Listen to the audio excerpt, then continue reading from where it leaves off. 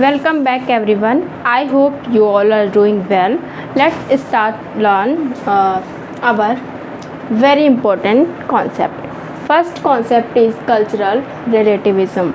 अगर हम cultural relativism की बात करते हैं यानी सांस्कृतिक सापेक्षवाद, तो इसकी बात किसने की है?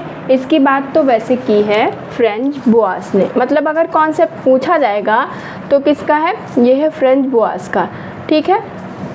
लेकिन इसमें एक और चीज़ है, अगर पूछते हैं इस कॉन्सेप्ट को किसने पॉपुलर किया या किसने लोकप्रिय बनाया, क्योंकि ये बहुत पूछा जा रहा है, हु पॉपुलराइज दिस कॉन्सेप्ट, तो कन्फ्यूज़न हो जाता है कि पॉपुलर पूछ रहा है या किसने दिया है। सबसे पहले ये पूछ रहा है, तो कई ध्यान से देखना है आपको क्वेश्चन कि ये पूछ रहा है कि किसने पॉपुलर किया या लोकप्रिय बनाया, या फिर पूछ रहा है दिया किसने।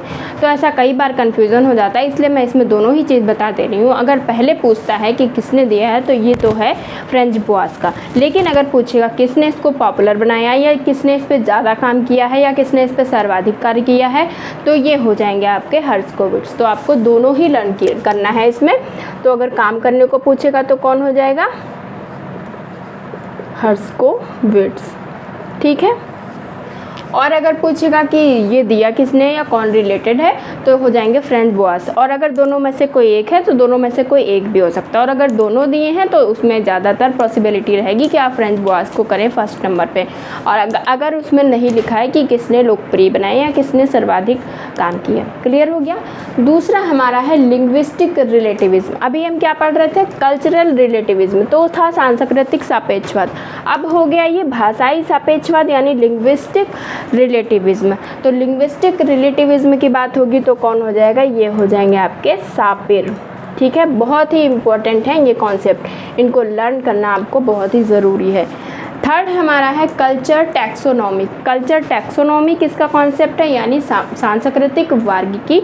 ये किसका कॉन्सेप्ट है? ये है हमारा जूलियन स्टीवर्ट का, ठीक है।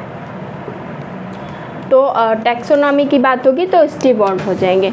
और हमारा फोर्थ नंबर पे जो है वो है एज एरिया यानी काल क्षेत्र। तो आप कोशिश करिए जितने भी कॉन्सेप्ट हैं उन सभी को इंग्लिश में ही लर्न करिए। तो एज एरिया हमारा किसने दिया है? एज एरिया जो है वो भी काफ़ी पूछा जाता है, ये है विस्लर का, ठीक है। तो इस तरह से आपने ये चार कॉन्सेप्ट लर्न किए, चारों आपके लिए बहुत इंपॉर्टेंट रहने वाले हैं। तो अगर बात होगी कल्चरल रिलेटिविज्म की तो वो हो जाएंगे बुआस, उसको अधिक किसने उस पर काम किया है वो है हर्स्कोविट्ज़। और अगर लिंग्विस्टिक रिलेटिविज्म है तो आपके हो जाएंगे सापिर। अगर कल्चरल टैक्सोनॉमी है तो आपके हो जाएंगे स्टीवर्ट। और अगर एज एरिया की बात होगी तो वहाँ पे हो जाएंगे आपके विस्लर। आई होप आपको चारों ही कॉन्सेप्ट बहुत अच्छे से समझ में आ गए होंगे और आपने लर्न नोट डाउन सब कुछ कर लिया होगा। एग्ज़ाम के टाइम सिर्फ आपको रिवीजन करना होगा और इस तरह से आप अपने नॉलेज को एनहांस करते रहिए। Thank you for watching the video.